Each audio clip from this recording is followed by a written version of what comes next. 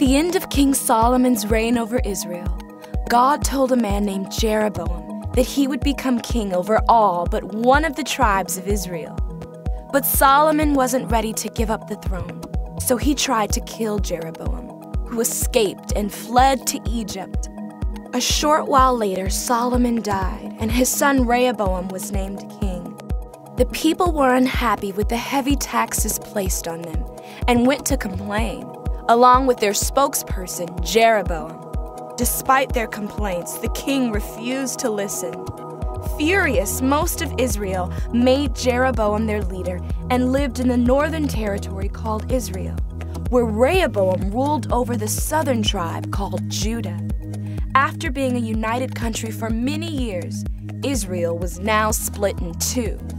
The new king of the northern territory, Jeroboam, was worried that when his people returned to the south in order to worship at the temple in Jerusalem, they might be persuaded to become loyal to Rehoboam instead of him. So he devised a plan. He constructed 2 golden calves and told his people that they were the gods that helped them escape from Egypt many years earlier.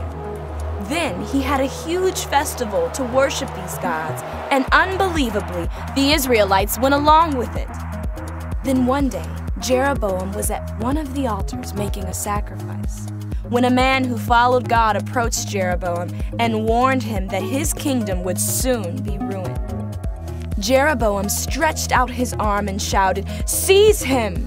As he did, his hand shriveled up. Terrified, Jeroboam pleaded with the man to pray for him.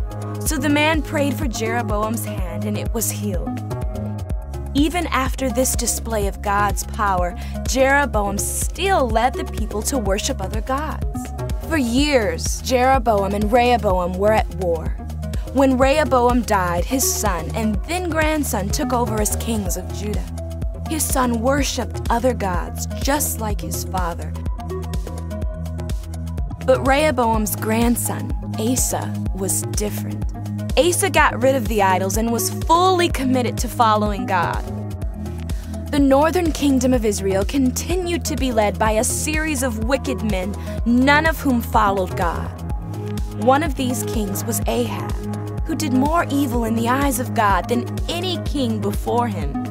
Perhaps worst of all, Ahab married Jezebel, a woman from a foreign country who convinced him and almost all of Israel to worship a foreign god named Baal. Because of this, God would need to send a messenger to set things straight.